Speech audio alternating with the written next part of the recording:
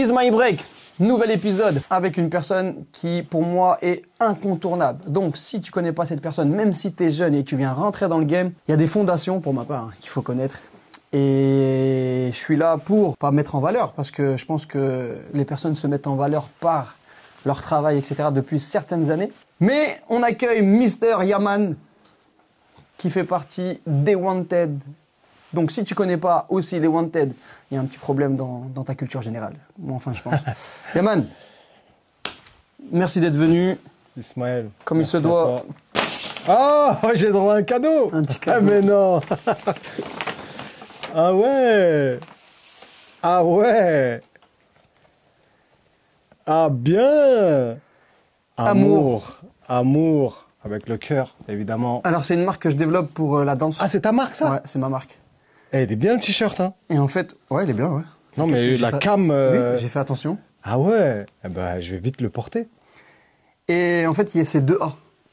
Tu vois, il y a un A là qui forme un cœur parce que mon plus gros défaut, et je pense que c'est le plus gros défaut de tout le monde, c'est l'amour. Et la plus grosse qualité de beaucoup de monde, c'est l'amour aussi. Exactement. Donc, amour à mort. En vrai. Ben, merci. Ouais, avec Il plaisir. est super beau. Franchement, il tue. Donc, tu pourras le mettre dans tes sessions de training, dans tes sessions de story, ou peu importe. Ah ouais, avec plaisir. Donc, on commence. Yaman, moi, j'ai envie de savoir. Yaman enfant. Yaman enfant. C'est quoi? C'est qui? Comment il est? Alors, Yaman enfant, d'après ma mère, très très actif, très très casse-cou.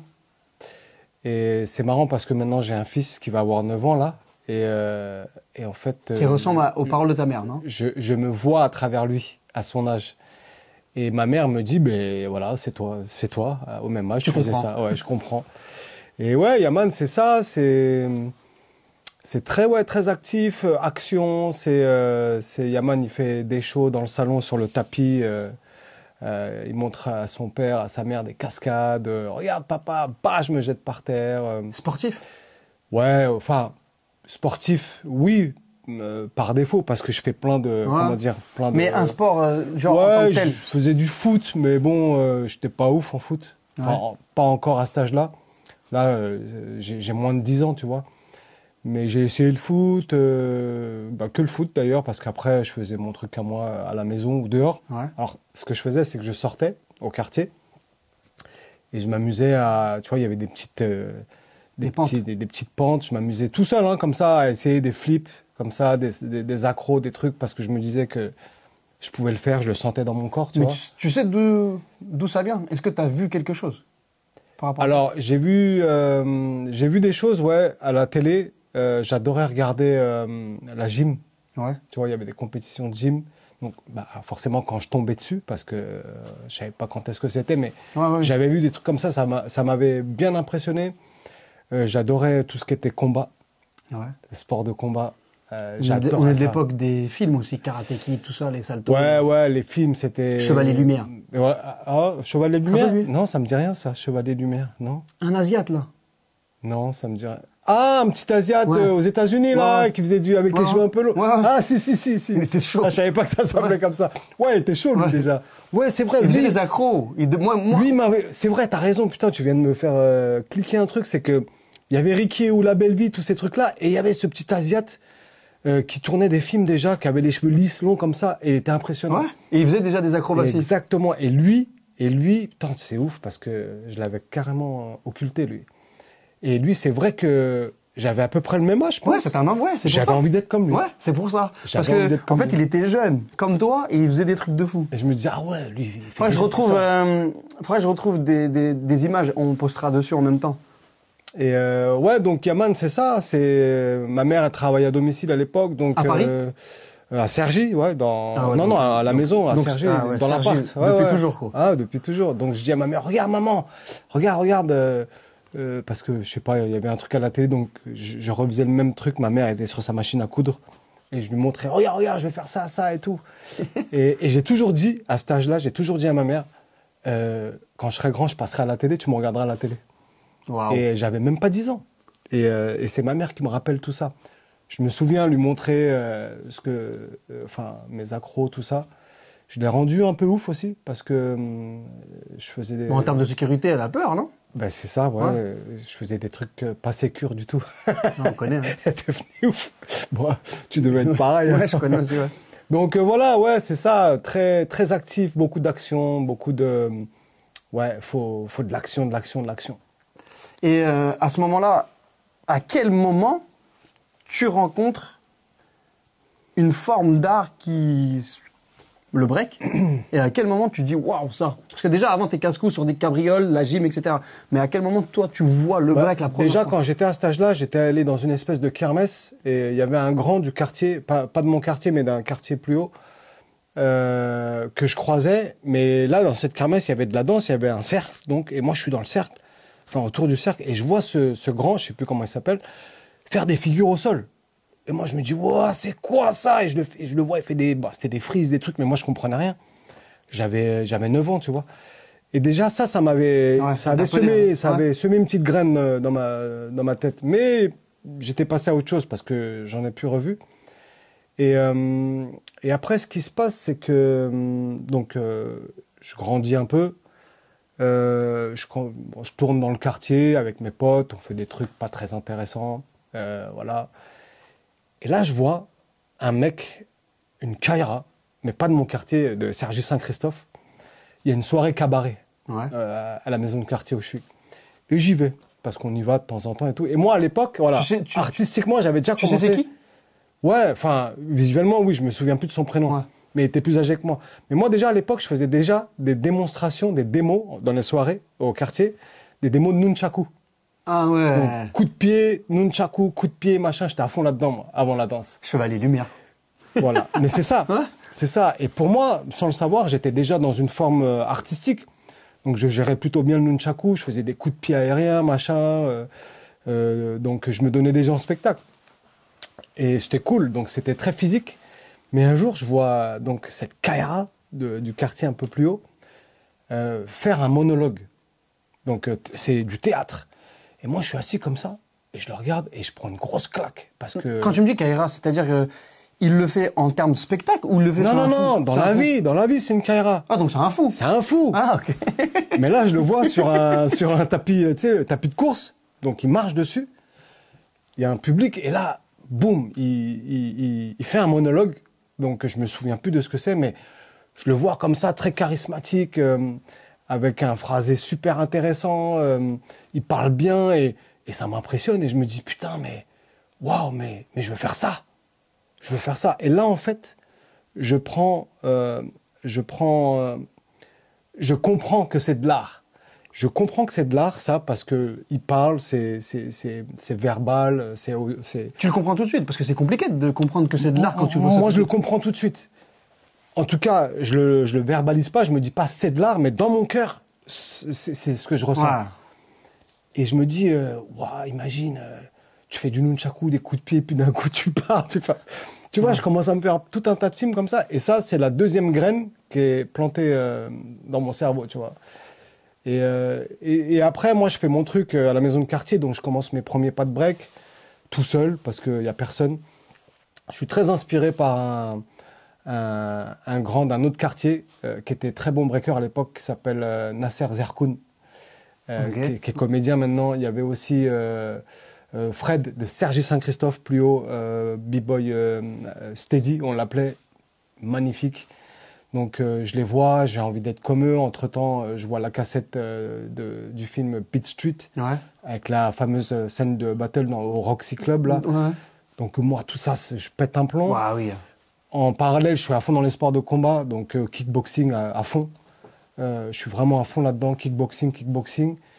Mais je sens que, tu vois... C'est quelque chose commun à beaucoup de personnes que j'interviewe, le fait de sport de combat, le fait de se montrer en spectacle, le fait de se rechercher dans quelque chose et qui amène souvent au break. Ouais, mais parce que c'est de l'action, tout ça. Et puis, c'était le peu, parce que maintenant, en 2025, il y a plein de choses. C'était presque le peu ce qu'on avait, nous. Ben, il n'y avait que ça. Il y avait donc ces sports-là, ou le foot, il y avait les cassettes vidéo des films de Van Damme, ouais. tu vois. Donc on voyait les films de Van Damme avec des coups de pied incroyables, les Rocky, des bagarres, les Rocky, tout ça, tu sais. Donc on se dit, puis t'es au quartier, il faut savoir se défendre. Oui. C'est la base. Donc si tu veux savoir te défendre, bah tu vas t'inscrire à la bagarre. À la bagarre. Et nous, ce qu'on faisait à l'époque, c'est qu'avec des gars d'autres quartiers, on avait tu vois, des contentieux. On réglait ça dans le ring. Et là, c'était open bar, tu vois. On pouvait s'exprimer dans les règles de l'art sans que ça déborde. Et ben là, c'était trop bien. Tu pouvais casser des bouches et c'était autorisé. Et donc là, ça t'amène au break. Il y a deux b-boys qui t'inspirent et qui te donnent envie des grands, comme moi, j'ai eu mes grands, etc. Ouais. Et qu'est-ce qui te fait plonger vraiment dedans? Qu'est-ce qui me fait plonger vraiment dedans? C'est après avoir vu Beat Street. Tu vois, je vois Nasser, je vois Fred. Moi, en parallèle, je commence dans mon coin tout seul, mais je galère un peu. Je rencontre d'autres b-boys d'autres quartiers qui sont à peu près au même niveau. Et moi, je me lance là-dedans à corps perdu. Je veux dire, je cherche pas à comprendre. Personne ne me montre quoi que ce soit. J'y vais. Après, j'entends parler de Châtelet. Donc moi, je suis à Cergy, je prends le RER jusque Châtelet.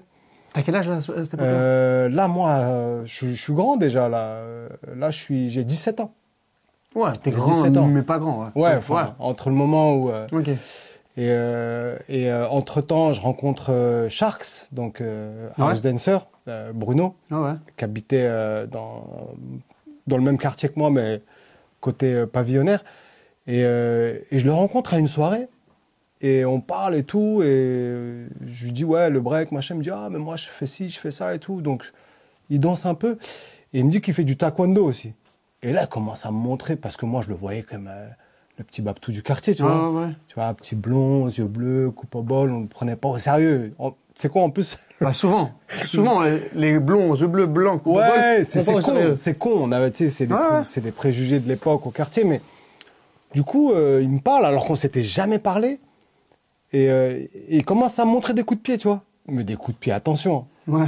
Des coups de pied, il va dans tous les sens, le gars. Et puis il fait 1m80, tu vois. Ninja, Moi, je regarde, je lui dis, mais les choses, bâtard.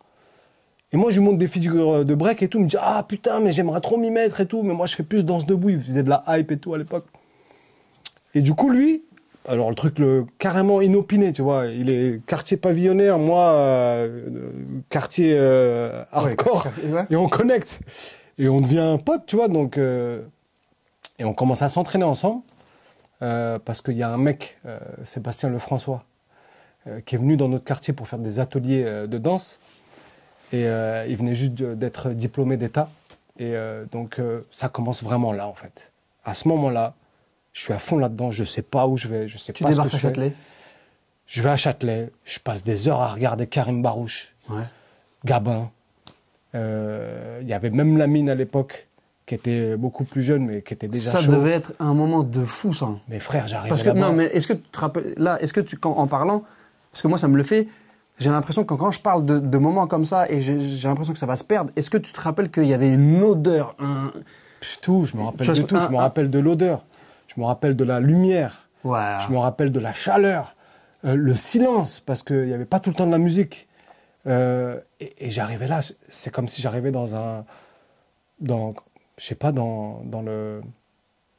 la caverne d'Ali Baba, mais j'arrive, je vois des super-héros en train de faire des mouvements incroyables. On retient un super-héros parce que tout à l'heure, on va parler de super-héros, ça va être un peu rigolo. Et je les vois, Karim Barouche, j'étais ébloui. Tu vois, son toucher par un bruit. Le truc, t'as envie d'être eux. Mais dès que j'ai vu Karim, je voulais être Karim. Personne m'appelle plus Yaman, il m'appelle Karim. Ouais, mais je te jure, je voulais m'habiller comme lui. Tu vois, à l'époque, ils avaient... Là, ce que tu es en train de me dire, je l'ai vécu avec David Moyen, mon ancien d'ici. Ouais, donc, sa casquette, comment il l'a posée, tout, je voulais pareil. On l'a tous vécu. Et à l'époque, tu vois, Karim, il s'habillait beaucoup en homecore. Oui. Tu vois, homecore, c'est la marque streetwear française, tu vois, qui existe encore aujourd'hui.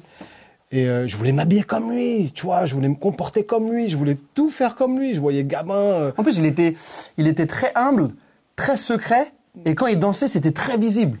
Tu vois, c'était fou quand même. Il était limite introverti presque, tu vois. Il avait un truc comme ça, très, très discret, effectivement. Et mais dès qu'il dansait, c'était magique. Il avait un toucher. qu'aujourd'hui, je n'ai toujours pas vu chez aucun b-boy. Oui, même mais vraiment. Oui, mais je te parle sincèrement. Moi, j'ai eu du mal à le comprendre petit à petit. J'ai pris de la maturité et de plus en plus que je voyais ces vidéos, avec ma maturité, moi, de la danse, j'ai compris tardivement pourquoi on parlait de Karim Barouch. Et quand j'ai vu son toucher, j'ai dit wow. Ouais, bah tu vois, moi, le premier truc qui m'a frappé et qui m'a vraiment ébloui, bon, les mouvements, ok, mais c'est comment il touchait le sol. C'était un félin. Et en fait, moi, je me suis dit, mais je me suis pas dit, je veux faire ces mouvements-là, ça. Non, je me suis dit, je veux bouger comme lui. Je veux être un félin comme lui. Donc, j'ai commencé à regarder des documentaires sur le félin. Machin. Je suis allé loin dans le truc. Et dès que je pouvais, j'allais à Châtelet. Donc, forcément, des fois, je ratais le train. Le dernier train, il était à minuit. Je le ratais, il fallait que j'attende jusqu'à 4h30 du mat à Châtelet pour reprendre le premier train et rentrer à Cergy. Mais tout ça, c'était magique. Cergy, c'est 1 heure. Hein. 45 minutes, c'est comme pareil en train quand tu viens à Reims. Exactement. Donc voilà, je les vois eux. Après, bien sûr, j'en vois d'autres, mais les premiers qui me mettent une tarte quand je comprends ce que c'est le break, c'est Actuel Force, c'est Karim Gaba. Non, à l'époque, j'ai pas de groupe encore. Enfin, si, j'évolue un petit peu avec cette compagnie donc de Sébastien Lefrançois qui s'appelait Trafic de Style, avec Sharks dedans, donc Bruno. Il y a moi, il y en a d'autres, il y a Ludo. Ouais, on a fait plein de créas à l'époque. Ça résonne. Je sais pas s'ils avaient fait M6 quelque chose là. Non, on n'a rien fait à la télé à l'époque. Et donc voilà, je vois tout ça et moi je suis piqué en fait et je me pose pas de questions.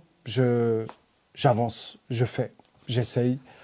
Et en parallèle, je rentre dans une école de danse à Paris, grâce à Sébastien Lefrançois. Donc j'étais au lycée, ça allait pas du tout, je m'en foutais. J'ai lu des choses sur toi, je me rappelle plus, il y a quelques années, où tu avais parlé d'un mal à être dans des cours et de suivre potentiellement de certaines choses, t'avais du mal. Et là, de ce que tu me dis, ça résonne encore plus, d'être autodidacte et de ressembler à toi-même, et t'avais compris une fibre, parce qu'il n'y a pas 30 Yaman en France et même dans le monde. Moi, c'est mon avis et je pense qu'on sera tous d'accord. Mais est-ce que c'est vrai ça? T'avais du mal à être derrière avec plein d'élèves et de comprendre des choses.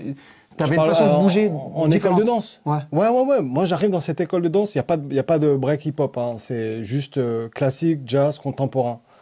Donc, je ne sais absolument pas ce que c'est. Je fais du classique, ça me bute les genoux. Enfin, je comprends rien à ce qu'il faut faire, mais je me dis ça peut être que bénéfique. Donc, j'y vais, j'essaye et tout.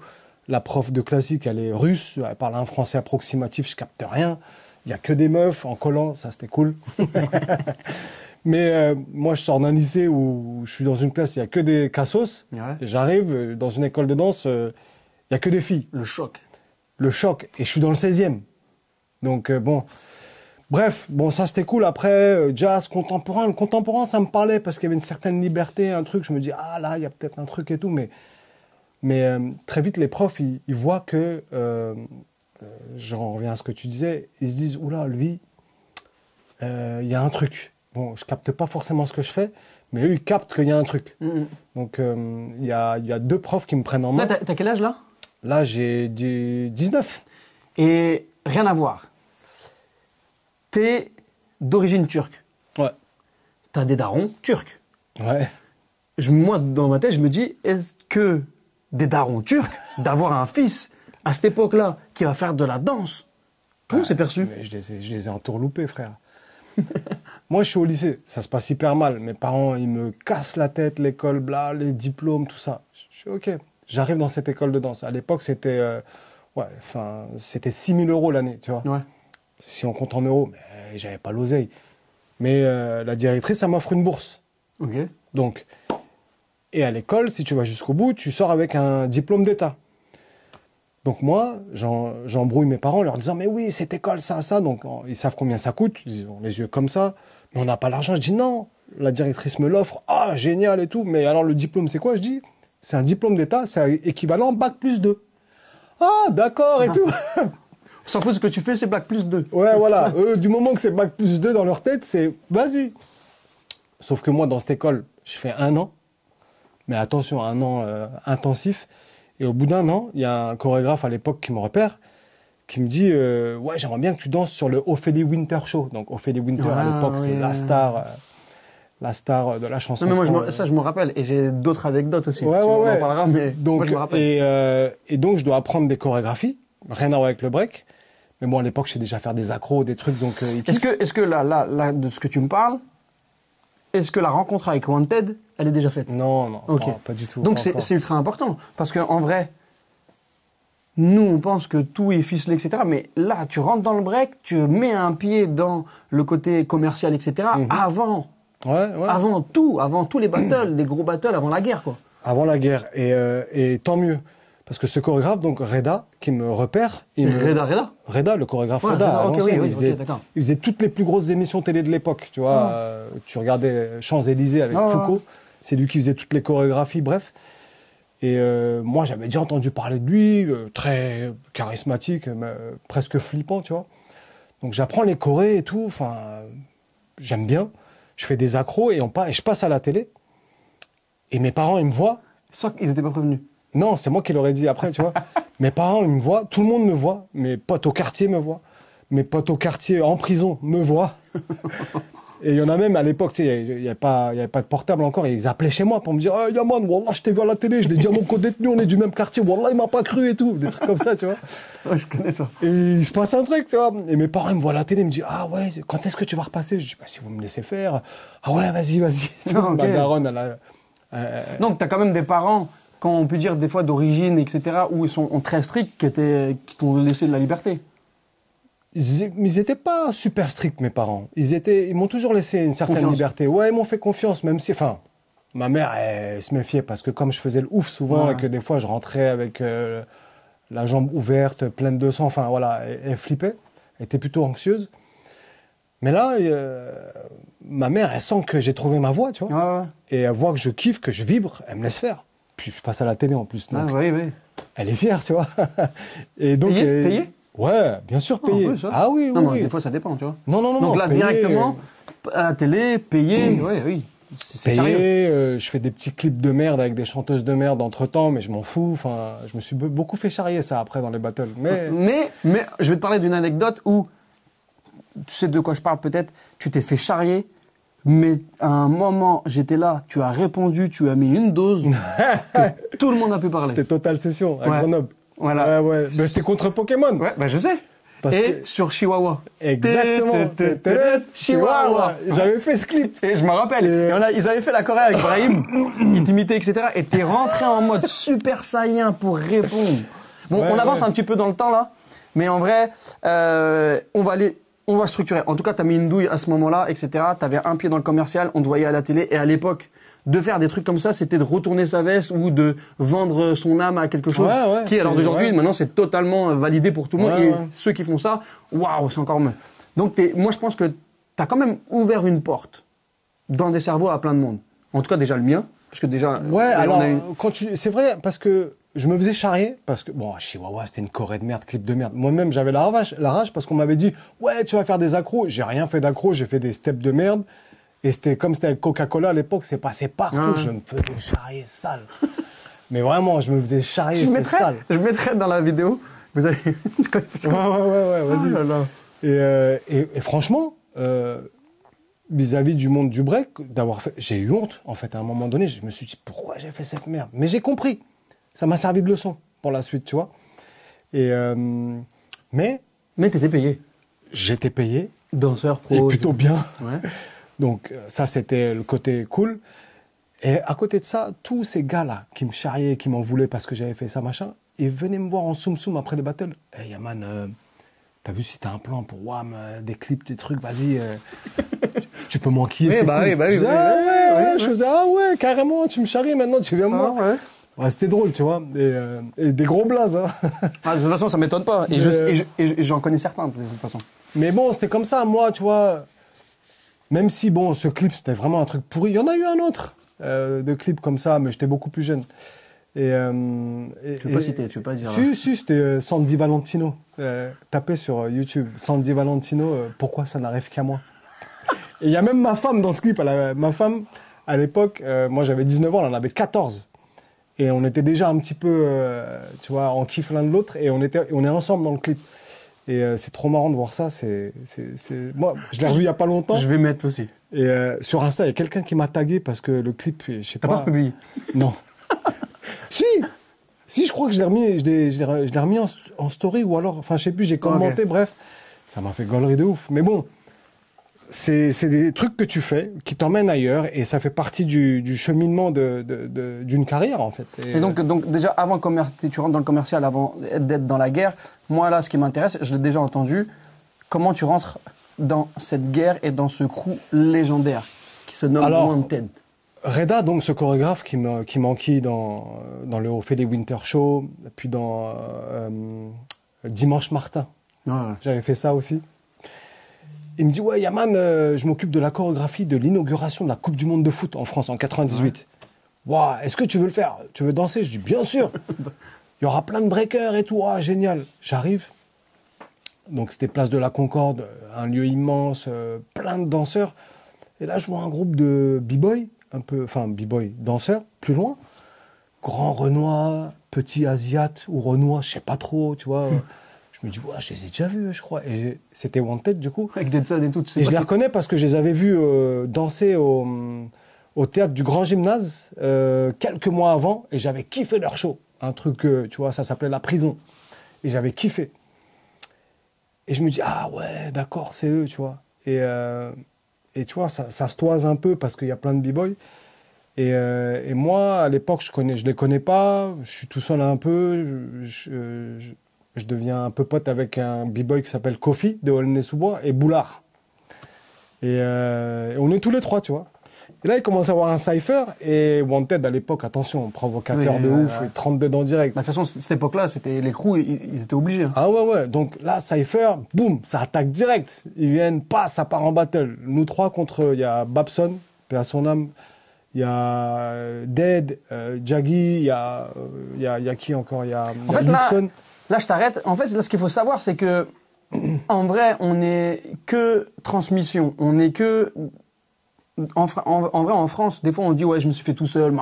On a l'impression d'être costaud, mais son interview, la personne qui est là, etc., même moi, ça m'a apporté beaucoup. Et en fait, on n'est que de transmission. Et des Babson qui a tellement laissé en France et dans le monde, à travers sa danse, à travers sa posture, à travers ses mots, d'autres qui, dans Wanted, qui sont maintenant et qui ont un petit peu été toujours dans l'ombre, mais qui ont construit plein de choses, etc.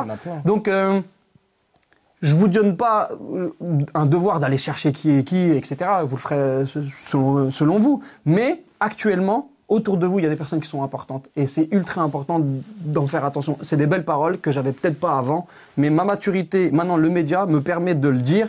Et je pense que maintenant je le dis, ça rentre dans les oreilles de qui veut et au moins on en fera quelque chose. Donc la suite. La suite, donc ça part en battle. Et moi, à l'époque, j'ai déjà un petit style, tu vois. Je fais beaucoup plus d'accro. Je suis très, très aérien. Oui. Je fais aussi, alors personne n'a jamais vu, mais je fais aussi quelques phases.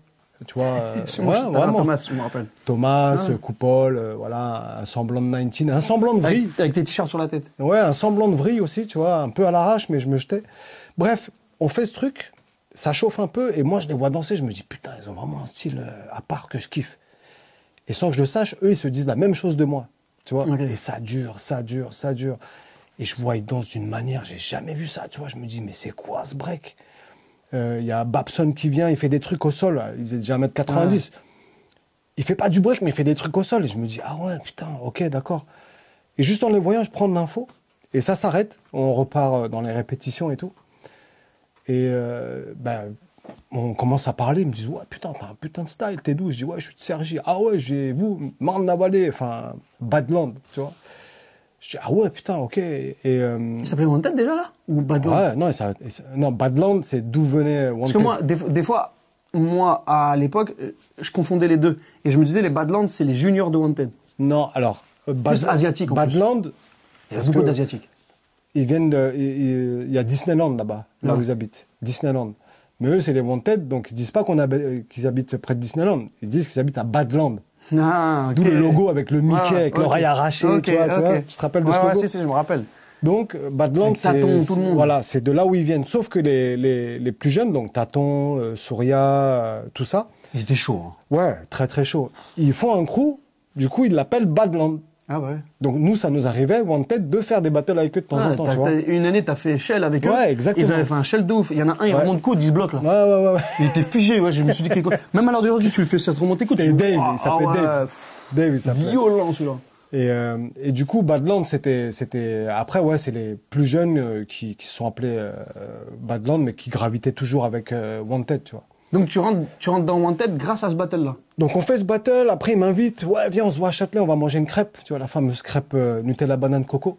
Ouais. Ok, on y va et tout, il y a tout le crew très protocolaire, tu vois, il y a tout le crew, il y a celui qui gère le crew à l'époque, Saddam. On est là. Ça fait penser à moi quand je suis rentré dans Pokémon. C'était très protocolaire. Ouais, mais c'est comme ça, parce qu'à l'époque, c'est pris au sérieux, tu vois, c'est une famille, c'est une famille déjà existante. Il y a peut-être un gars en plus qui va rentrer, tu vois. Donc, on est là, on mange ensemble, on rigole, tac, clac, c'est cool, moi, je kiffe. Et ils nous disent, bon, bah voilà, nous, on t'a kiffé, on aime vraiment ton style, on aimerait faire des choses avec toi et tout. Il y a une soirée au Globo. Globo, c'est une boîte à Paris, samedi soir. Viens, il y aura tous les Parisiens, on se fume avec eux. Vas-y. J'y vais. En fait, ils ont trouvé une nouvelle arme. Ouais, en quelque sorte. Qui le correspond, ouais, donc c'est ça aussi. Et moi, je suis encore dans le mélange Yaman, donc B-boy, mais aussi le Yaman casse-cou, cascade, tout ça. Très vif, action. Je suis à fond là-dedans, tu vois. Je suis très... J'ai beaucoup de malice. Ouais. On va à Paris. Il y a un cercle qui se fait parce que Family devait faire un show. C'est la soirée ou c'est le battle du Globo? Soirée. Il n'y a pas de battle encore. Okay. Soirée. Ils doivent faire un show. Sauf que au moment où ils vont pour faire le show dans le cercle, nous, on arrive, non, il n'y a pas de show, c'est pas comme ça que ça va se passer, on va se battle. Wow, Beat Street. Ouais, on leur court-circuite le show, tu vois. Et là, ça part en battle. Family, Salah, Momo. Salah, il y a Karim Barouche, frère. Dembe. Là, je le vois, je dis, oh merde, putain, qu'est-ce que j'ai fait? Merde. Donc, il y a Simamed, Karim Barouche, il y a qui? Il y a Salah, Momo, il y a Salah, Momo. Non, il n'y avait pas Ibrahim. Ah, vous avez de la chance. Il n'était pas là. Vous avez de la chance. Ouais, et là, ça part. Et moi, je rentre, je sors des accros tout chelous. Et les mecs, ils me voient, tac, bah. Ça, là, il fait un truc, jambes écartées, bah, je glisse sous les jambes. Waouh, ils sont vénères, qu'est-ce qui se passe? Et on fait un truc, enfin, il n'y avait pas de gagnant-perdant, tu vois. Mais... Il n'y a pas de vidéo de ça? Si. Oh. Si. Jaggy, il a une VHS. Ah, faudrait que je lui demande parce que pas sur ordi, okay. Non, il a une VHS. Et donc, ça se déroule et tout, clac, on fait ça. Et après ça, 2 jours plus tard, il y a Jaggy qui vient me voir. Il me dit, bon, Yaman, tiens, ça c'est ton débardeur. Donc, le fameux débardeur avec écrit Yaman derrière, là? Non, Wanted. Le débardeur Nike de basketball avec écrit Wanted. Blanc, il me dit, tiens, ça c'est pour toi, bienvenue dans le crew. Et là, il me dit un truc, mais attention, quand tu es dans Wanted, c'est pour la vie, parce qu'on n'est pas aimé. Je dis, ok. Ça me met une petite pression, tu vois. En plus, je dis, Jaggy, très sérieux et tout, à l'époque. Je dis, ok. Donc, je prends le maillot. Et moi, je les avais déjà vus avec. Et je me disais, ouais, j'aimerais trop l'avoir, tu vois. Et là, il me donne ça. Et je l'ai toujours chez WOM. Wow. Et là, bah, je rentre dans Wanted officiellement. Je fais tous les battles qu'on a pu faire avant le Battle of the Year. Et on fait parler de nous, on rafle tout. Entre-temps, il y a Benji contre Deadson à Châtelet. Il y a moi aussi, je danse. D'ailleurs, je l'ai publié. Non, contre Jimmy. Jimmy, c'est un mec de Meaux qui était très chaud à l'époque. On le voit dans la vidéo, je l'ai posté sur Insta. Là, il a un kawaii jaune, un Renault avec un kawaii jaune. Donc moi, à l'époque, voilà, je voulais être vif. Donc je fais des vrilles, des trucs, des machins. Et c'était un battle incroyable. Donc on va pas pouvoir faire une histoire de Wanted parce que c'est pas le but. Mais pourquoi pas un jour faire un Is My Break avec les Wanted, avec plaisir. En plus, ils reviennent avec le Cercle Underground. Le 29 juin, Cercle Underground. Ouais, donc battle, ça, légendaire de fou. C'est un battle où, quand tu perds, déjà tu dois venir avec ton t-shirt de ton crew. Et quand tu perds, tu dois offrir le t-shirt à ton adversaire qui en fait ce qu'il veut. Soit il l'utilise comme un trophée, soit il l'utilise comme mouchoir, il en fait ce qu'il veut. Waouh, c'est chaud quand même. Ça, il y a quand même... Mais, donc là, allez, on va dire que tu as fait tous les battles, etc. Mais tu as toujours eu ce pied underground et ce pied commercial. Alors, je fais tout ça avec eux, mais je suis toujours connecté à la sphère commerciale. Donc, avec tous ces chorégraphes qui me sollicitent pour... Parce que tu as cette fibre aussi. Ouais, pour danser à la télé. Et je sens que ça... j'apporte pas mal de choses à Wanted parce que moi, comment dire, j'apprends des chorégraphies qui n'ont rien à voir avec le break, chorégraphie contemporaine, moderne jazz, commerciale, donc je suis un touche-à-tout. J'apprends les chorés hyper vite, clac, clac, clac. Je sais comment on monte une chorégraphie, comment on met en scène une chorégraphie, je sais ce que c'est une scénographie, j'ai plein d'infos. Bah ouais, t'es dans le bain. Qu'ils n'ont pas, mais qu'ils font déjà sans le savoir, tu vois. C'est pour ça, après, moi, je leur apporte un petit peu ça. Et Baba, il arrêtait pas de me dire « Ouais, Yaman, toi, tu fais des trucs à la télé, là, vas-y, montre-nous, là, comment on fait ça, tu vois. » En plus, avec son mode charia. Ouais, grave. Et lui, il me charriait, Baba. Hein. Quand je faisais des trucs, il me charriait. Et qu'est-ce que je veux dire là et ça, là, dont tu parles, est-ce que ça a servi au show de Botti 2001, ça? Oui, bien sûr. Parce que ce show de Botti 2001 a changé le monde. Ouais, alors, c'est pas moi qui ai changé. Moi, j'ai apporté mon petit truc, mais ensemble. Il faut savoir qu'à l'époque, Wanted, ils ont un style et une touche déjà très, très singulière, très différente. Et là, on mixe tout un tas de trucs. Et moi, quand je suis rentré dans le crew, ça m'a ouvert des portes. Créativement, recherche... Enfin, j'ai trouvé des nouveaux mouvements, mais comme ça, des trucs incroyables, parce que je me suis vraiment imprégné de tout le monde, de tout le monde, de ce qu'ils faisaient. Et on s'est tous imprégnés les uns des autres. Il y a Junior, entre-temps, qui rentre dans le crew. Tu vois, pour nous, Junior, à l'époque, c'était un extraterrestre. Ouais, c'est toujours. Mais pour l'époque, c'était... Moi, j'avais jamais vu ça de ma vie. Moi, j'ai bondi de ma chaise. Quand j'ai vu faire coupole, arriver planche, comme ça, là, au-dessus du sol, j'ai bondi de ma chaise. Ouais. Il y avait Abdou aussi qui était avec nous. Les épaules-têtes, là. C'était n'importe quoi ce qu'il faisait. Avec son bonnet, avec le pompon. Swipe, épaule, tête, revient, bail. C'était n'importe quoi. C'était un mutant. Il y avait Vegeta à un moment. Il y avait Vegeta aussi en face. Tendu, le gars de Lille, là. C'était n'importe quoi. On avait une team vraiment, on était les X-Men.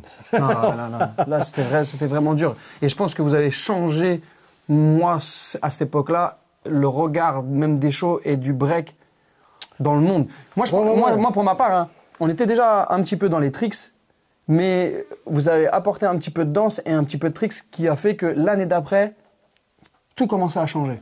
C'est mon avis. Ah ouais, mais ça, nous, on l'a vu. On a fait notre show et on savait très bien que le show qu'on a fait au Botti, il était complètement à l'inverse de tout ce qui se faisait comparé aux autres crews. Donc ça, c'était en 2001. On revient en 2002 en tant que spectateur et là, on voit les musiques, c'est plus les mêmes. Les formations de danse, on voit plein de trucs qu'on a fait nous.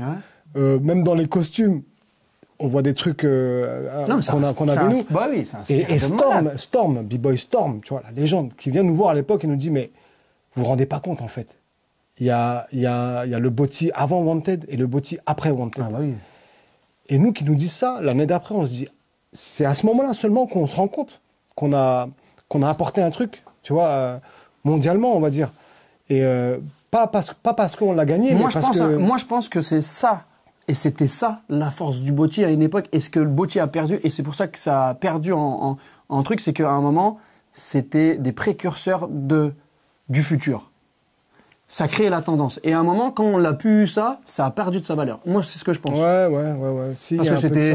Moi, gars, je trouve que après Vagabond, ils ont fait des belles choses avec Expression. Nous, avec Pokémon, on fait un braquage du siècle, etc. Ouais. On gagne. C'était hyper bien. C'était 2003, vous. Voilà, 2003. Ouais. Juste après, Fantasy Armada fait quelque chose avec une jungle. Et après, ça commence à partir. Ouais, pour ma part. Ouais, c'est vrai. Mais de toute façon, à l'époque, il y avait... Je sais pas, il y avait un truc qui a pu aujourd'hui une singularité. Comme il y avait moins d'infos disponibles sur les réseaux, sur le net, il y a même pas de réseau. Ça veut dire qu'il y avait vraiment ce truc. On prenait la peine vraiment d'être dans un truc qui se faisait pas, d'être dans la singularité, dans la créativité non-stop. En fait, il fallait qu'on soit vraiment unique quelque part, tu vois. Donc il y avait vraiment cette recherche, cette envie aussi, et bon, parfois ça donnait naissance à des trucs très farfelus en termes de mouvement, mais c'était l'identité qu'on arrivait à se créer à l'époque parce qu'on n'avait pas toutes ces informations-là. T'as à cheval sur le commercial et l'underground. Comment t'arrivais à allier ça? Parce que déjà à l'époque, le commercial, je pense, t'allégeait et te faisait du bien en termes de finances. Parce que les battles, c'était... Ah oui, mais les battles, on gagnait rien. Mais moi, et comment t'as lié ça? Est-ce que l'underground, t'étais assez disponible ou est-ce que ça te prenait du temps? Non, j'arrivais à me rendre disponible. Après, bien évidemment, des fois, Wanted, je leur disais, écoutez les gars, là, ça, je peux pas faire. Parce que bah, y a ça à côté et c'est payé tant, tu vois. Donc, ils m'en ont voulu certaines fois, c'est normal, tu vois. Mais moi, il fallait que je pense aussi parce que j'ai bien capté qu'avec ce que je faisais à la télé, au commercial, les comédies musicales, tu vois, j'étais sur une comédie musicale en parallèle quand on gagne le Boti, avec Deadson. Les 10 commandements. Ouais. Mon premier chèque que je touche, à l'époque, c'était 30 000 francs. Ouais. 30 000 francs. 30 000 francs, ça c'était en 2000, avant que l'euro arrive. 30 000 francs, ça fait combien en euros? Ça fait... 7 000 euros? Non, 5 000. Ouais, ça fait 5 000 euros. 5 000 euros, ouais. Tu te rends compte, par mois, tu touches ça? Moi, d'un coup, ma chambre, chez mes parents, c'est plus la même. Ouais. J'ai des écrans, le machin, frigo, c'est plus le même. Donc, tu vois, ma mère me dit, mais pourquoi t'achètes tout ça? Je dis, mais maman, mais, tu sais, elle comprenait pas. Là. Ouais. Quand ils ont vu mon queuche la première fois, tu vois, mes parents, jamais ils ont touché ça à l'époque. Ah oui, oui. Donc, il y a ça, tu vois, il y a cette stabilité financière qui m'est offerte par le monde du commercial, on va dire. Et à l'époque, en battle, on gagnait rien, frère. Tu sais très bien, Oui, c'était des cacahuètes. Un t-shirt Tu sais ce qui s'est passé? Tu vois, quand tu fais le Boti, tout ça, tu signes un papier comme quoi ils peuvent réutiliser tes images et tout. Un jour, écoute bien. 70 euros, on a gagné. Ouais, ben nous, c'était... Un MP3 et une trousse de toilette X-Pack. Ouais, c'est ça. Sauf que nous, avec Wanted, on avait une combi où Deadson et moi, on faisait une planche inversée comme ça à deux. Qui était signé dans Coca-Cola. Putain, tu l'as vu ça? Bah bien sûr, j'ai la couette, moi je l'ai pris, je l'ai acheté. Ben c'est ça, sur la Redoute. Ouais, moi je l'ai acheté, je l'ai acheté. Alors écoute, il y a Usher, il y a Usher. Il y a même un... Il y a Usher sur Il y a la même côte. un... comment il s'appelle? Celui qui s'est fait son freeze coude avec Rumble ou Royal Wear de Vagabond là. Merde, c'était qui ça? Ça me dit Kamel, quelque chose. non? Ou je sais plus. Kamel, oui. Il fait son peut-être, freeze point de coude là. Ouais, il est eh dedans ben, aussi, avec, avec la planche... Je suis fort je sais ou pas? plus qui, ouais, mais de ouf. Quelqu'un me dit, hey Yaman, je t'ai vu sur le catalogue La Redoute, sur une couette avec des b-boys et Usher. Je dis, comment ça? Il me dit, bah, c'est une couette Coca-Cola, de la marque Coca-Cola. Il y a Usher et il y a vous. Je dis, quoi? Bon, à l'époque, il y a pas, tu peux pas faire une photo, tu l'envoies. Hein? Donc on se rend compte, il ramène le catalogue, il ouvre la page. Je dis, mais Coca-Cola, frère, c'est Deadson et moi, avec Usher, donc Usher qu'on connaît, le chanteur. Et effectivement, je crois qu'il y avait Kamel. Il y a Kamel en point de coude. Et je me dis, bon, bah voilà, on s'est fait rodka. Ah ouais. On s'est fait rodka sale parce qu'on a signé ce fameux papier où on n'a même pas calculé. Et là, moi, ma mère me la bâtard. ramène, me l'achète en surprise. Et je regarde. Et quand je regarde, je dis, oh! On a dormi ensemble pendant longtemps. Et en fait, je regarde, je dis, c'est le Wanted, c'est la face de Wanted. Ah ouais, je me rappelle, ouais. Putain, c'était incroyable, tu vois. Donc, ouais, bah, le Boti, c'était ça à l'époque. Donc, nous, on fait le Boti. On gagne des cacahuètes. Et après, bon, bah, on fait plein d'autres trucs, un peu partout dans le monde. On voyage, on va au Nigeria, dans des coins que personne ne veut aller. Enfin, avec Wanted, on partage des aventures. Et toi, tu as toujours progressé à un moment après dans ton style, qui fait que tu pars un peu en solo, dans des créations, dans plein de choses. Je sais que tu avais fait un Incroyable Talent. En fait, tu t'es démarqué sur une espèce de danse qui était assez fluide, glissée, patinoire, etc. À quel moment, ça, tu prends cette direction-là et tu arrives à en faire dans l'underground et un business? En vrai, parce que là, c'est moins accro. Oui. Bah, les accros, franchement, j'en ai fait beaucoup. J'en ai toujours fait jusqu'à encore maintenant, je fais quelques petites accros. Bon, j'ai mal au dos, mais je fais attention. Mais à un moment donné, ouais, je sais pas, j'ai une blessure, une grosse blessure, une espèce de pubalgie. Tu vois, c'est vraiment concentré sur l'aine, donc le centre de gravité. Donc, je suis pas trop mobile. Donc, je me dis, putain, c'est relou. Tu sais, ça dure quand même assez longtemps. Et j'essaie de trouver une autre manière de bouger sans me faire mal, mais un truc beaucoup plus fluide, tu vois. Donc, je me pose pas de questions, en fait. C'est pas genre, je me mets devant un miroir et j'essaie des trucs. Parce que moi, je pense, et tout le monde pourra valider, pour ma part, à un moment, tout le monde dit que tu as créé le moonwalk sur les genoux. Ouais. Je faisais déjà des glisses sur les genoux un petit peu à l'époque, mais ce truc au sol, là, en fait, il s'est offert à moi sans que sans que je le demande. C'est-à-dire que je suis en Norvège, je dois faire une démo parce que je suis juge. Ça fait longtemps que j'ai pas dansé, mais j'ai envie de danser. Et je dis au DJ, tu sais quoi, mets-moi une musique expérimentale chelou, pas trop rapide, comme ça, je bouge un peu. Et le parquet, il était magnifique. Ouais. Donc il met un son complètement, tu vois, un peu aquarium, comme ça. Et moi, je commence à bouger vraiment en mode, je me laisse aller sur le son, je vais au sol, et je commence à faire ce truc-là, comme ça. Et là, j'entends la réaction des gens.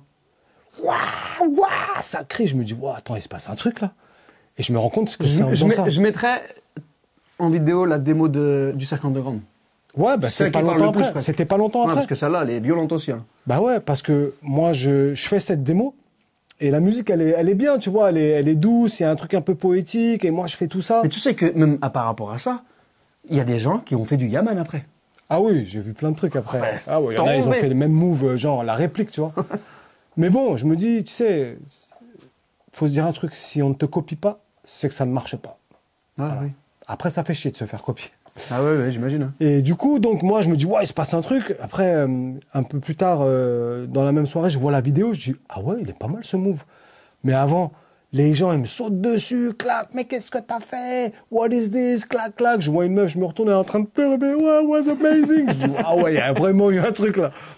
Je me dis, putain, ok, d'accord, donc faut que je le garde ce mouvement, tu vois. Et après, il y a la démo du Cercle Underground où je suis juge. Ah, il est violent, ça. Et là, c'est Carlos, Charisme, c'est lui qui filme. Ouais, Sauf Carlos, que lui, il me connaît par cœur.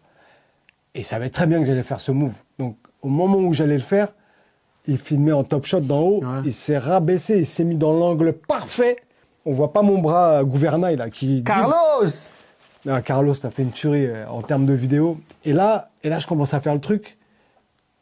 Et ça fait un tour de magie. Tu sais que les gens, ils pensent que des fois, il y avait un truc. Ah, il y en a plein. Ils m'ont écrit, ils m'ont dit, mais non, c'est truqué, c'est truqué.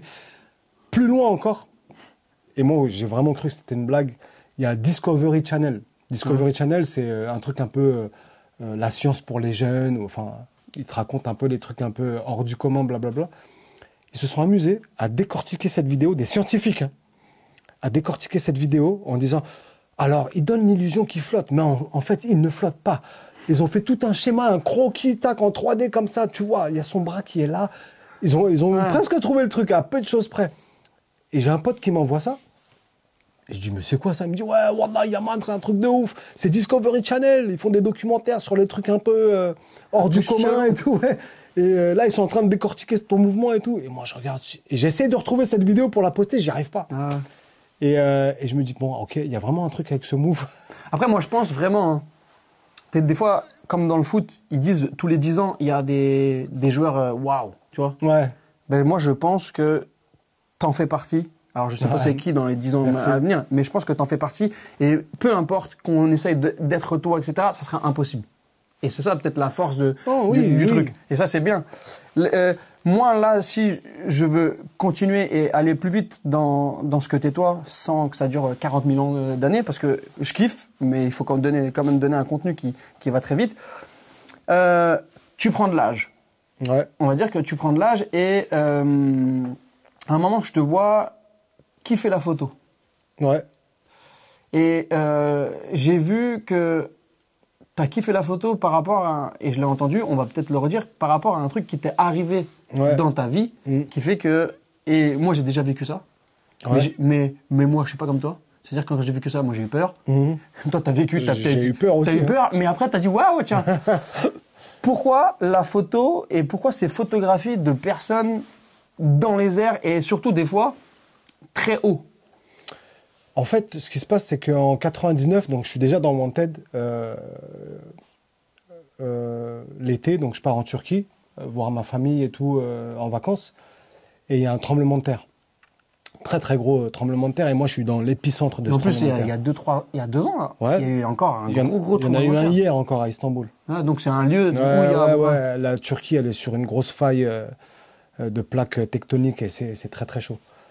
Et il y en aura tout le temps en fait.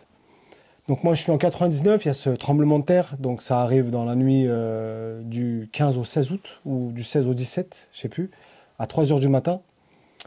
Et on dormait, donc là, un bruit incroyable, ça tremble, sourd, un bruit sourd, mais un bruit flippant. On dormait, ça nous a réveillés. Moi, j'ai capté direct ce qui se passait. T'as l'impression qu'il y a un dinosaure dehors. C'est pire, frère. Pire. Pire, c'est indescriptible. Le bruit que ça a fait, ça m'a traumatisé. Et c'est plus le bruit qui m'a traumatisé que le fait que. Oui, vu que t'es un b-boy, que ça bouge, tu dis, pas peur, le bruit, ouais. Du coup, ça dure presque 1 minute.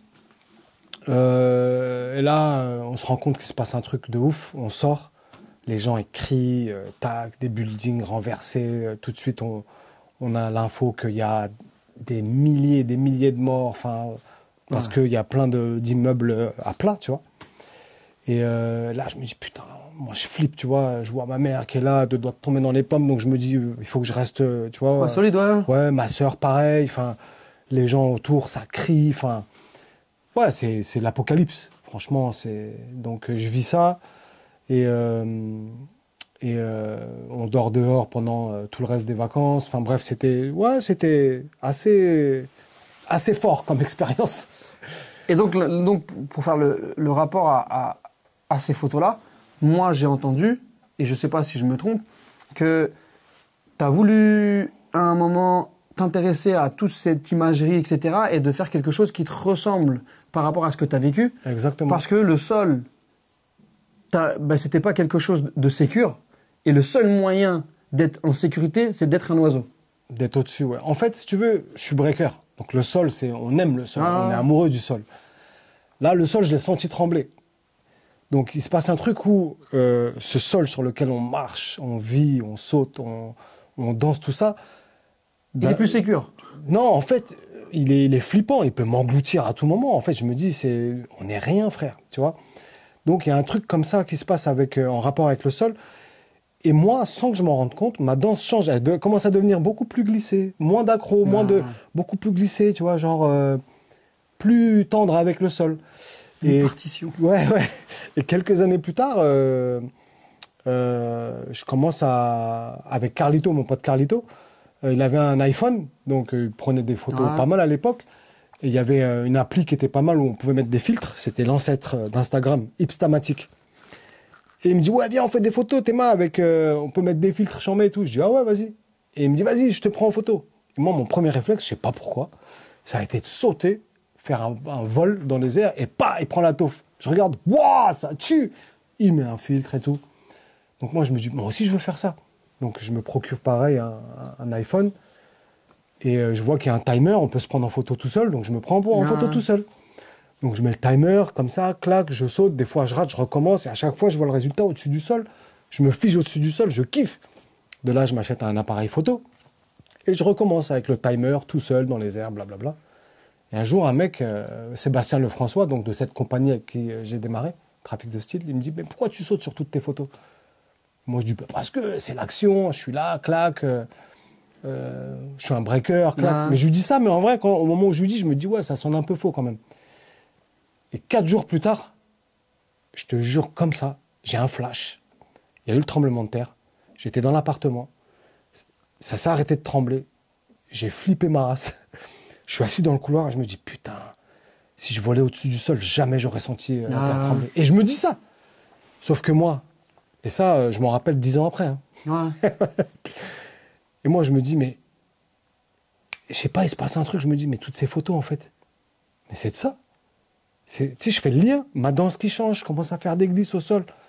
En fait, en me posant cette question, il m'a réveillé. Tout est connecté. Mais oui, tout est connecté. Rien n'est fait au hasard, frère. Absolument rien. Du moins quand tu es vraiment vrai et que tu vis les choses et tu les respires naturellement, tout est connecté. Ouais. Et du coup, moi, je suis en tournée à ce moment-là avec Madonna. Et là, je suis une information normale comme ça. Ouais. et du coup, je comprends ce que je suis en train de faire et pourquoi je le fais. Les photos dans les airs. Alors, moi, je suis un média bienveillant. Ouais. Et je veux rester bienveillant, mais il faut quand même dire les choses. Même par rapport à tes photos, en danse, Wanted, Yaman a inspiré, et même par rapport à tes photos, il y a des personnes qui sont inspirées, limite presque volées. Ah non, là, je me suis fait piller. Je me suis fait voler parce que du coup, il se passe un truc avec ces photos. Tout le monde apprécie. En fait, tout tu le fait monde... carotte comme sur Coca-Cola. Avec Ouais, c'est ça. Ouais, c'est ça. Et il y a un engouement autour de ce que je fais, plus l'histoire avec le tremblement de terre. Est-ce que c'est pas malgré toi, ça? En fait, que tu seras un éternel un peu puits d'inspiration que les gens vont prendre. Si, c'est malgré moi, mais j'ai su l'accepter. En fait... C'est dur. Ça a été dur parfois, l'histoire des photos, parce que moi, je voulais en faire un peu ma carrière. Ouais. Sauf que cette personne qui m'a pillé a une plateforme beaucoup plus... Parce que c'est le fils de quelqu'un de très connu. Donc, il a accès aux médias beaucoup plus facilement que moi. Et il s'est autoproclamé inventeur de ce concept. Moi-même, je ne l'ai pas inventé parce que Yves Klein, dans les années 50, avait déjà fait toute une série. Et puis, il y avait même un petit peu du Redemski à l'époque. Je sais qu'il travaillait pour Red Bull, qui faisait un petit peu ça, etc. Ouais, bien sûr. Mais à un moment, c'est comme le moonwalk. Il y a quelqu'un qui le crée, il y a quelqu'un qui le commercialise. Toi, tu avais commencé quand même à le commercialiser, mais la personne qui a la plus grosse plateforme, t'es un peu passé devant en disant... C'est les réseaux aussi. Et cette personne me contacte, elle me dit « Ouais, Yaman, viens, on fait un truc ensemble. J'aime trop ce que tu fais, tes photos, machin, ta danse. » Et en fait, il dit qu'il danse aussi. Il dit que c'est un b-boy. Et même dans sa danse, je le vois, il fait des trucs. Il fait mes mouvements, même en danse.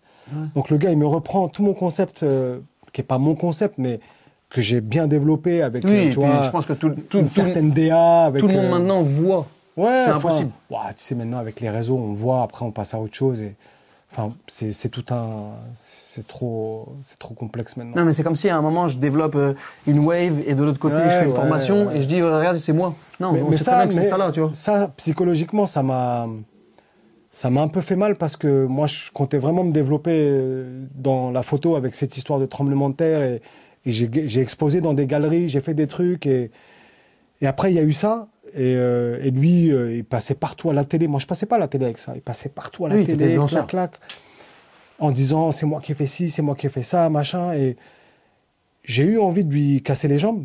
Normal, tu vois. Je te dis franchement, j'ai eu envie de lui péter sa gueule. Vraiment, j'ai eu envie. Dieu merci, j'ai des enfants, une famille. Ouais.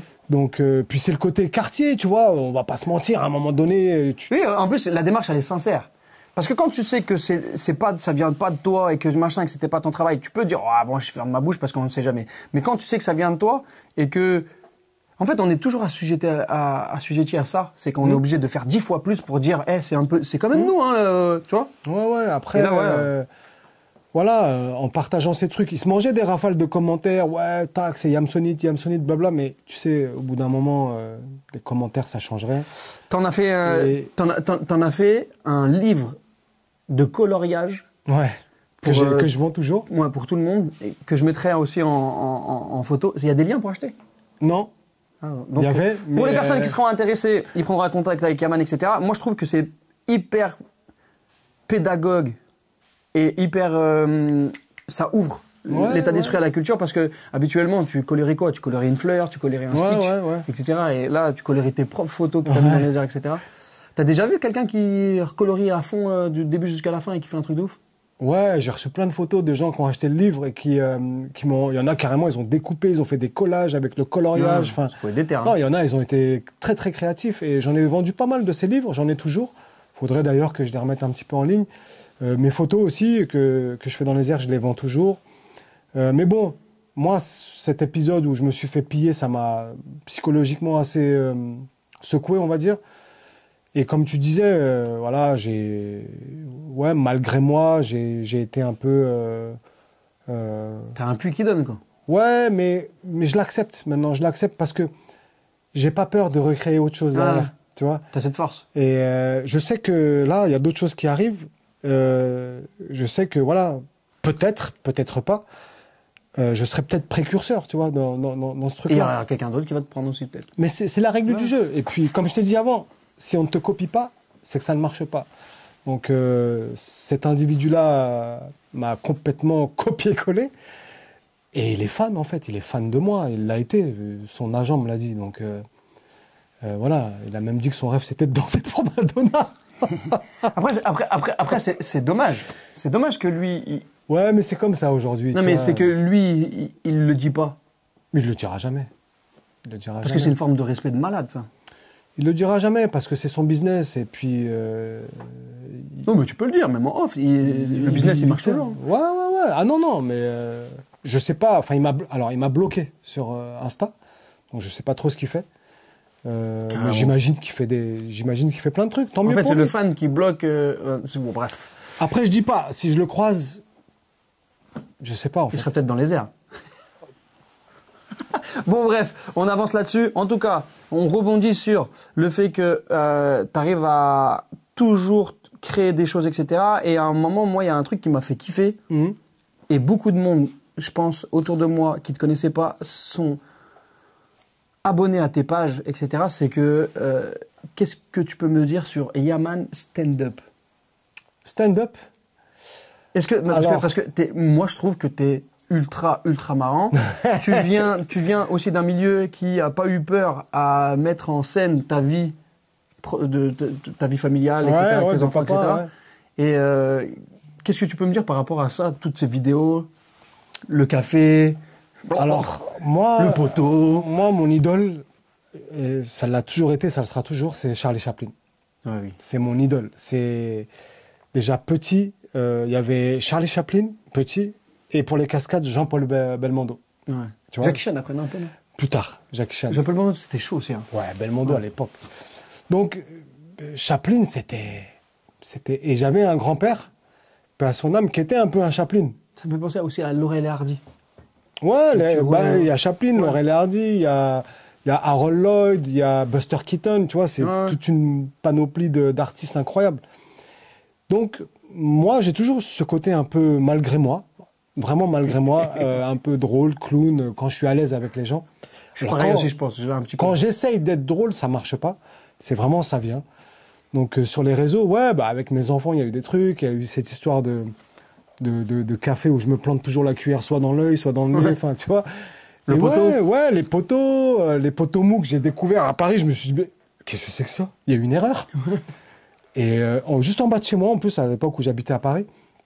Et là, je me dis, bah tiens, on peut faire ci, ça. Mais on a déjà partagé ensemble avec ça, parce que presque toutes tes idées un petit peu marrantes, il y a des grosses enseignes qui sont venues te voir et qui ont dit, oui, on veut t'acheter le concept. Oui. C'est fou. Oui, moi je te donne un exemple. À l'époque, c'était il y a longtemps, à l'époque où Insta c'était un peu plus basé, enfin c'était différent. Je tombe sur une grosse éponge bien molle. Je me dis tiens, ça me donne une idée. Donc je suis tout seul à la maison. Je fais genre, je nettoie la baraque avec cette grosse éponge. Tu rebondis dessus. Et je vais au sol et je commence à rebondir dessus sur l'éponge. Donc la vidéo est cool, elle est drôle et il y a l'équipe de Jean-Philippe Stark. Ouais. Jean-Philippe? Non, Stark, oui, c'est ça. Stark, c'est je sais plus son prénom. Stark, le designer. Ouais, designer, ouais. Qui m'appelle parce qu'ils viennent de designer un sol industriel pour une grosse enseigne. C'est l'inauguration. Et ils veulent que je fasse un truc un peu comme l'éponge. Donc moi, je viens, je dois nettoyer le sol, mais avec cette éponge et un balai, un seau, et je dois faire un truc. Je dis, bah ouais, j'en mets. Par rapport à cette vidéo-là? Ouais. Waouh. Mais il y a eu d'autres trucs avec d'autres vidéos, tu vois. La vidéo où je slide au sol. Ouais. Mais ça m'a donné du taf, mais t'as même pas idée, en fait. Ouais, on veut que tu fasses ça pour ça, mais avec tout ce que tu fais au sol. Ok. Let's go. Tu vois, et donc, je m'aperçois à cette époque que dès que tu postes un truc un peu qui sort du lot, ça peut se transformer en performance scénique. On peut être demandé par une entreprise, une marque, n'importe quoi. Tu vois, donc j'ai fait des trucs pour des montres de luxe, pour Stark, pour plein de marques privées. Et ça, c'est par rapport à des idées rigolotes que tu as eues naturellement? Par rapport à des idées comme ça qui me sont... Tu as réfléchi, ça ne même pas... Non, parce que c'est ce que je te dis, je réfléchis pas. En fait, ça me vient. Et là, il y a tellement de trucs qui me sont venus là, depuis quelques années que j'ai toujours pas fait. Que je me dis, il faut que je le fasse. Et puis des fois, tu m'en as parlé de plein, ouais. Et bon, faute de temps ou faute de... Je sais pas, mais il faut que je le fasse parce que je me dis, je vais être trop vieux. Et tout à l'heure, tu as dit... T'as balancé une petite info, etc. Il faut savoir que je pense que tu es l'un des premiers, et c'était très rare, tu fais partie des premiers, qui ont dansé pour des stars un peu internationales quand t'es français. Ouais. Quand t'es français. Donc, Mr. Yaman a eu la chance, ou pas, ou grâce à son travail, parce que c'est aussi le travail, de danser et chorégraphier pour Madonna, à l'époque où croiser des Américains connus, etc., c'était très très rare. Parce que maintenant, on peut, c'est plus facile, etc. Ouais. Ça, c'était 2008. Avant des twins qui dansent pour des Beyoncé, etc. Et tout. Ça se passe comment? Écoute, on est en fin 2008, je rentre de je sais pas où, de l'étranger, et je vais à l'époque avec ma femme, on n'habitait pas ensemble, on n'était pas mariés, on était en couple, mais je vais chez elle, il est minuit, je reçois un texto en me disant Yaman, mardi matin à New York, il y a une audition pour Madonna. Je me dis, ah ouais, ok. Je dis à ma femme, viens, on y va. Je dis, mais non, ils veulent des hip-hop et tout. Je dis, viens avec moi, on y va. Ah, mais t'es sûr et tout. Je dis, oui, vas-y, là, je rentre, je fais mes bagages et tout, machin. Et demain matin, donc là, il est dimanche, lundi matin, on part à New York. Ah ouais, t'es sûr? Ouais, vas-y. Je rentre, je fais mes bagages et tout, clac. Lundi matin, elle m'appelle. Bon, alors, t'es prêt? Je dis, ah non, laisse tomber, vas-y, je suis fatigué. J'avais juste envie de dormir, donc j'étais prêt à annuler le voyage pour le casting. Elle me dit, non, trop tard. Trop tard, j'ai pris les billets. Elle n'avait pas pris billets du tout, elle m'a menti. Et elle prend les billets entre-temps, on va à l'aéroport, on prend l'avion. Ok, on arrive, on fait le casting, il y a voilà les danseurs. Je me dis, putain, qu'est-ce que je fous là? On part 11 Français. Ouais. 11 Français. Parce qu'on donne l'info à quelques têtes quand même, on n'est pas des bâtards. Tu vois? On part et on fait l'audition et ma femme, instantanément, ils l'ont kiffé direct. Mais direct. Ouais, bon, validé. Elle, c'était scellé. On va jusqu'au bout avec ma femme, on était 2500 danseurs. Parce qu'il y avait une audition à Los Angeles et une à New York. Celle de New York, on était 2500. À la fin, on est une dizaine. Ma femme et moi et Detson. Et tout le reste, des quinries. Ok, on fait le truc, on freestyle. Voilà, freestyle, moi... En plus, avec Detson, on a fait une combi, un truc sorti de nulle part. Enfin bref, ma femme, pareil, elle a tout éclaté. Enfin, voilà. Et 2 semaines après, il rappelle ma femme, pas moi. Je me dis, bon, on venait d'acheter notre premier appartement ensemble, on devait déménager. Je devais quitter Cergy, frère. Ouais. Et elle a parté 1 an en tournée. Je me dis, putain, vas-y, j'ai la rage. J'insulte Madonna de tous les noms et tout. Elle, à part faire la promo, parce que c'était une tournée promo d'abord. Ouais. Donc, ils font l'Olympia, Londres, New York, tout ça. Moi, je suis là, tout seul, bref. Et un jour, il me rappelle, Madonna, là, j'étais en train de faire mon déménagement avec Sharks, là, tous mes potes, Abkari, tout ça. Yaman, oui, ouais, c'est la prod de Madonna. Oui, quoi, qu'est-ce qui se passe? Est-ce que tu peux être là demain à New York? Bien sûr. Les gars, je pars demain à New York. Continue mon déménagement. Ils ont fait mon déménagement. Ouais, vas-y, ils m'ont encouragé. Vas-y, pas de problème, on s'occupe de tout. J'ai laissé mes clés, les cartons, les pauvres, ils se sont occupés de tout. Moi, je suis parti et je suis jamais revenu. Je suis parti en tournée 1 an et demi. Et ils avaient pris le gars de Nîmes, Hauser, là. Ah, Norman. Ouais, lui, ça faisait déjà longtemps qu'il travaillait avec elle parce que lui, il s'était installé à Londres depuis des années. Quand j'ai commencé la danse, Norman, il m'a vu à Nîmes parce que mon frère, il habitait à Nîmes. Et j'allais m'entraîner à Carré d'Art, là-bas à Nîmes. Et il était déjà là, il a haussé. Et un jour, il l'avait dit, je crois que c'est en 2001, par là. Ouais. Il a dit, ouais, je me taille. Et en fait, déjà en 2001, ils avaient fait tout le casting pour le film de Benji, Le Défi. Et après, je l'avais déjà vu. Il a dit, je me taille, etc. Il était déjà dans ce groove-là, etc. Et moi, ça m'a ouvert déjà l'esprit. C'est resté comme toi. Il y a des choses qui reviennent 10 ans après. Tu vois, et qui reviennent. Mais ça, Madonna, je sais très bien pourquoi ça arrivé. Et c'est arrivé parce que déjà en 2000, j'avais vu un truc, mais ça c'est une autre histoire que je raconterai peut-être ailleurs. J'avais vu une vidéo d'un de ses shows en 2000, entre 2 shows pendant les 10 commandements. J'avais été impressionné parce que je me suis dit, c'est quoi ce show de fou? Et je m'étais dit, je ferai un show comme ça. Je ferai un show avec un artiste de cette ampleur comme ça. 2008, je me retrouve avec Madonna sur scène. Est-ce que tu crois à comment il s'appelle ça, la puissance de la projection, etc. Bien sûr. Ouais, voilà. Bien sûr. Mais bien sûr. De se projeter, de dire je veux. Comment ça s'appelle ça? C'est la manifestation. La loi de l'attraction. La loi de l'attraction. Voilà. Manifestation, projection, visualisation. Moi, j'y crois aussi de ouf. Mais bien sûr. Mais moi, j'ai plein d'exemples. Mais moi, comment dire, c'est presque, tu te mens à toi-même, tu t'imagines, t'es déjà dans le truc en fait. Tu sais comment t'es habillé. Tu sais quel temps il fait, quelle tempête, tout, jusqu'au moindre détail. Et en fait, j'ai toujours fait ça. Alors, ça veut pas dire que ça marche à chaque fois, attention. Oui, Mais des fois, c'est tellement fort que c'est là inconsciemment et tout ce que tu fais, tous tes faits et gestes, tout ce que tu dis vont te mener à ça. Et j'y crois dur comme fer. Et c'est pour ça que moi je sais, et c'est pour ça que moi, de une, je te remercierai jamais parce que mon premier projet qui m'a ouvert mon mindset, etc., c'est toi qui me le donnes. Quand je fais la tournée de Tiziano Ferro. Ouais, je me rappelle. Quand ouais. ils avaient fait un casting sur plein de monde, etc., et en fait, ils veulent 16 danseurs, 8 danseurs, 2, moi et Fico. Eux. Tu vois? Et Je me rappelle, le chorégraphe, c'est Giuliano. Ouais, Giuliano, ouais. Il me dit, ah man, il me faut un mec qui envoie, qui fasse. Je dis, mais oui, il y a Ismaël, tac. Il me dit, c'est qui? Je dis, ouais, tiens, je t'envoie son contact, tu vas voir direct. Ouais, et ça m'a ouvert. Deuxième chose, je sais que tu as ouvert des portes à Brahim.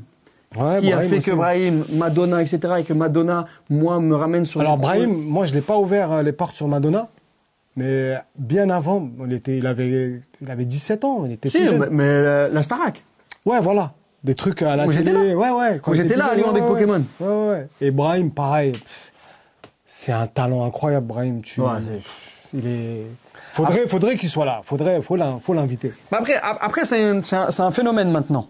Ce qui veut dire que il est maintenant il est très très libre dans tout ce qu'il fait. Donc moi j'ai toujours dit Brahim, c'est mon avis à moi.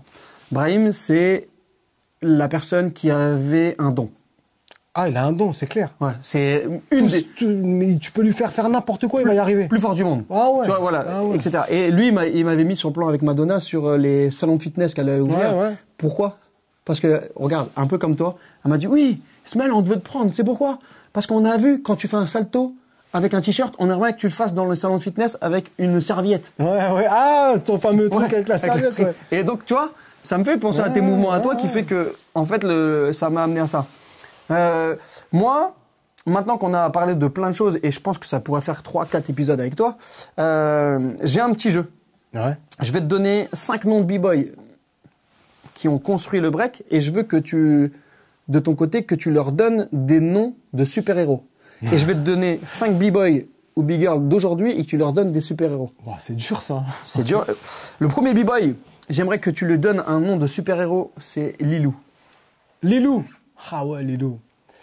Lilou, déjà, grand respect parce que il est toujours là, le mec, avec son corps en mousse, là. J'ai l'impression qu'il se fait jamais mal. Il a un peu de plein de choses de toi, hein. Karaté, quand il était plus jeune. Il faisait du kung-fu, Lilou. Très, très chaud en kung-fu. Lilou, quel super-héros. Putain. L'homme élastique. L'homme élastique. Dans les 4 fantastiques. Ouais. Ouais, l'homme élastique, Lilou. Ok. Junior.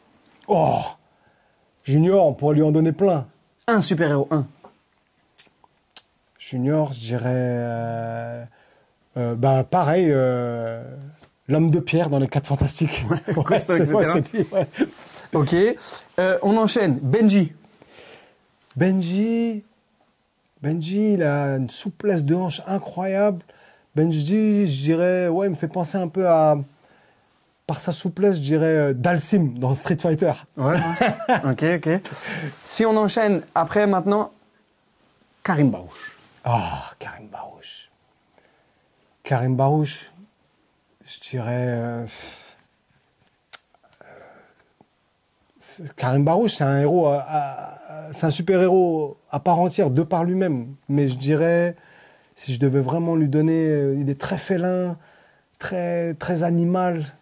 Je dirais... C'est pas un super-héros genre Marvel ou comics, mais il y avait... Je sais pas si tu te rappelles de cette série qui s'appelle Manimal. Ah oui. Le mec qui se transformait en panthère. Ah, Ouais, ok. je dirais Manimal. Ok. Pourquoi je veux te faire jouer à ce jeu-là et pourquoi je te mets aussi dans les anciens? J'aimerais savoir, toi, si tu devais te comparer à un super-héros. Moi? Ouais. Waouh. Le surfeur d'argent. C'est un super-héros, ça? Ouais. Il surfe où? C'est lequel, celui-là? Vous connaissez pas le surfeur d'argent? Si. Ah, vous connaissez? Ben oui. Ah. Tout en d'accord. métal comme ça, il glisse. Il a un surf comme ça, il glisse partout. Ok, maintenant on passe à la nouvelle génération. Ok. B-Boy Marlon. B-Boy Marlon, je dirais... je sais pas, il a un côté guerrier que j'aime bien. Un peu guerrier silencieux comme ça. Ouais, je dirais Naruto. Naruto. Ouais. Ok. Naruto. Dani. Danny Dan. Danny Dan, je dirais... il a un côté hyper drôle, hyper joyeux, malgré son niveau que je kiffe. Il se prend pas trop au sérieux parfois. Et je dirais le personnage de One Piece, là. Ben, c'est One Piece, avec le point qui... Ah, One Punch Man, là. Ouais, comment... Non, ça One Piece, celui qui s'étire. Ouais. Luffy. Luffy. Oh, putain, je connais pas, moi, DBZ. Je suis que DBZ. Hein. Ok, Luffy. Maintenant, Kimi. Kimi. Ça peut être un super-héros masculin, mais juste par rapport à sa force, etc. Kimi, c'est une tueuse silencieuse. Elle a un truc un peu mystique comme ça. Je dirais mystique des X-Men. Ouais. Voilà, mystique des X-Men. Ok, on continue avec une autre big girl, Sissi. Ah, Sissi. Sissi, je viens de partager une vidéo d'elle il y a 2 jours, là. Elle m'impressionne, Sissi. Sissi, c'est... Sissi, c'est Black Panther au féminin. Ok. Ah ouais, c'est... Alors, Wakanda. je suis obligé de te dire ça parce que moi, je te trouve pour un super-héros et je pense que ton analyse, elle est bonne. Elle peut donner des bonnes choses, etc. par rapport à ton œil artistique. Et le dernier, je suis obligé, parce que l'actualité fait parler de lui. Dernièrement, au Red Bull, un grand gagnant qui a été sous-estimé, mais qui a gagné, Mr. Elias. Ah, Elias Zou. Elias Zou. Ah, Elias Zou. Très super-héros. Très créatif, très dans le détail. Il fait plein de détails que je kiffe. J'aime bien Elias. Quel super-héros, Elias? Elias, je dirais... je sais pas, ça me vient pas. Je dirais... En vrai, pour danser comme il danse, Elias, il faut être doué d'une intelligence. Et moi, ça, je le relève, je le vois et j'admire. Je dirais Magneto dans X-Men. Elias Magneto. Ouais, je dirais ça, ouais. Okay, soit Magneto ou soit Cerebro. Tu vois, l'un ou l'autre. Ok. Deuxième petit truc qui va être hyper vite. Moi, j'étais aussi... J'ai eu des grands yeux ouverts par rapport au groupe Wanted. Et en fait, il y a eu un truc qui fait que chaque personne qui était dans Wanted portait un nom et ça finissait par Son. Son, ouais. Ok. Si j'aurais fait partie des Wanted, moi, à ton avis, je me serais appelé comment? Bah, Isma Son. Ok. Isma Son. Ok, non, c'était juste pour savoir. C'était un jeu marrant, etc. On arrive à la fin. Yaman, moi, j'aimerais bien que tu puisses donner un peu ton regard sur l'évolution du break français et quel est, selon toi, humblement, là où on devrait aller. Alors, le break français d'aujourd'hui? Ouais, d'aujourd'hui. Alors, moi, je suis très impressionné par Sissi, par exemple. Tu vois, si je devais donner un blaze, un b-boy, b-girl confondu. Hein. Parce que là, j'ai vu sa progression, je l'ai vu. D'habitude, tu vois pas, les gens, ils disparaissent et ils progressent, ils reviennent, waouh. Ouais, c'est clair qu'il y a un truc de elle, fou. je vois le travail qu'elle fournit, je vois sa discipline, son acharnement et le résultat. Ouais. Et je me dis, waouh, franchement, impressionnant. Et je pense que c'est un super exemple pour tout le b-boying français, en général. Hein. Parce qu'il y a un travail intelligent, il y a le fait qu'elle a une morphologie un peu d'athlète. Tu vois, moi, quand je vois Sissi, tu vois, elle est longiligne, elle est grande. De toute façon, Sissi, un peu moins Kimi. Carlotta, elle a un corps d'athlète de fou aussi. Ouais, mais Sissi, justement, il y a un truc où elle se sert très bien de son corps, de la longueur de ses membres et tout. Et il y a une esthétique, parce que souvent on se dit, ouais, quand t'es trop grand, ça le fait pas trop. Ouais. Et ben, quand je vois Sissi, c'est magnifique, c'est carrément, il y a de la grâce, avec de la puissance, les lignes sont hyper belles, tu vois, et moi je trouve ça magnifique en fait. Donc tu penses vraiment que on devrait... Moi je trouve qu'il y a un truc à suivre chez Sissi, ouais.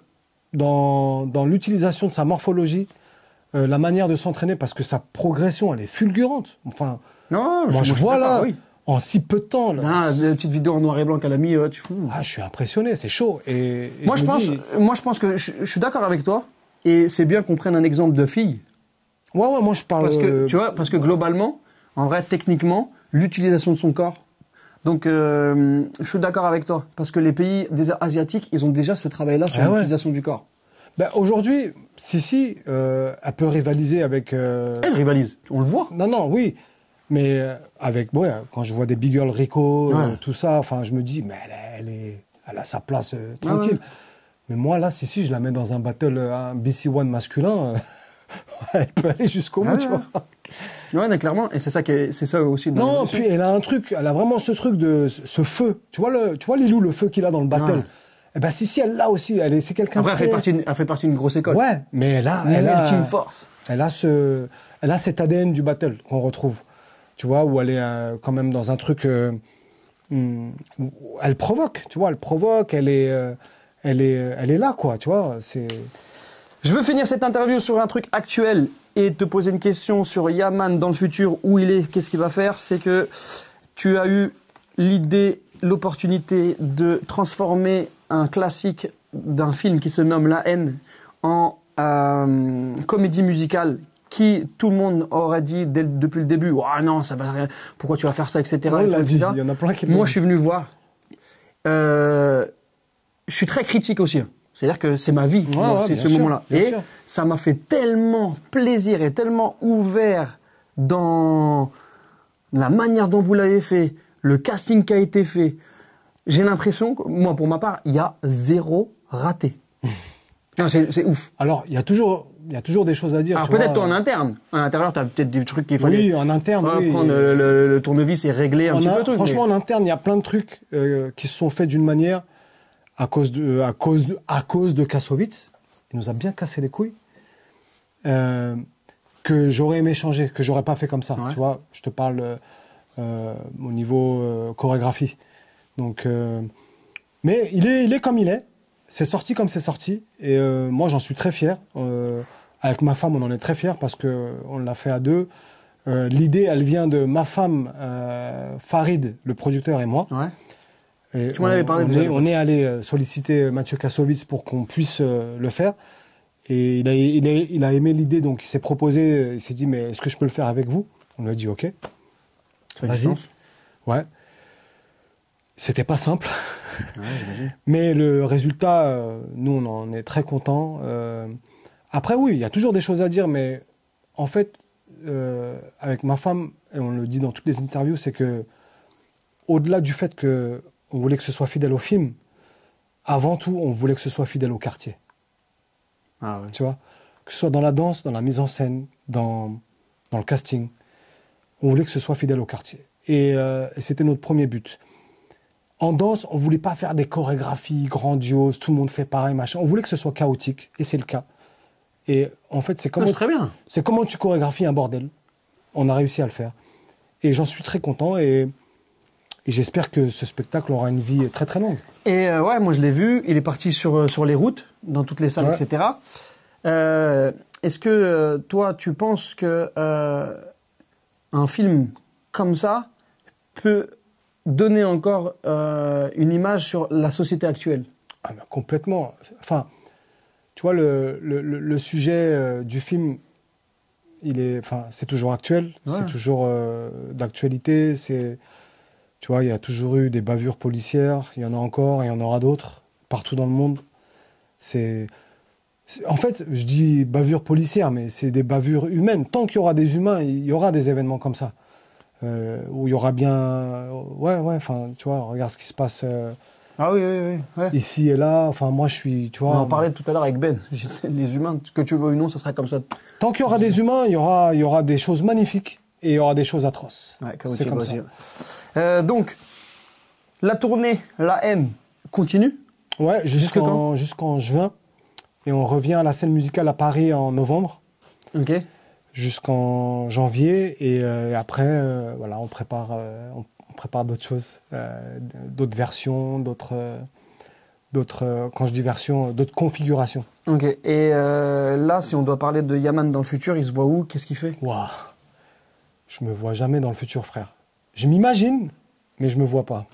Tout le monde te voit danser à l'époque, il dit, ah, il était dans le futur, lui.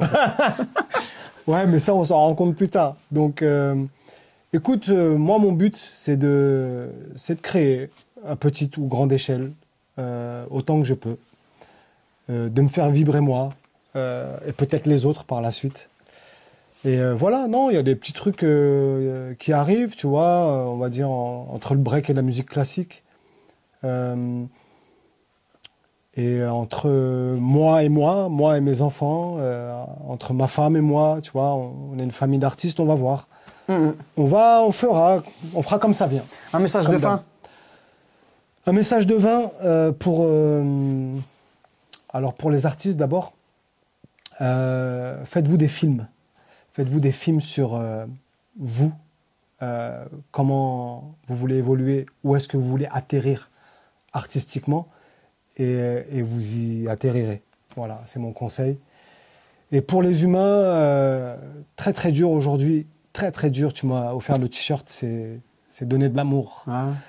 Donner de l'amour quand la haine prend le dessus, donner de l'amour quand les atrocités prennent le dessus. C'est très très dur, j'essaie moi-même de faire cet exercice, mais je pense que c'est ça qui nous sauvera. Eman, merci. Merci beaucoup. Merci à toi, Ismaël. Et on reste connecté. Allez le suivre sur les réseaux parce que c'est ultra intéressant dans ses stories, dans son travail, sur plein de choses. Et merci d'avoir validé cette invitation. On se fait une vidéo bientôt. Boum. Bon, c'était cool.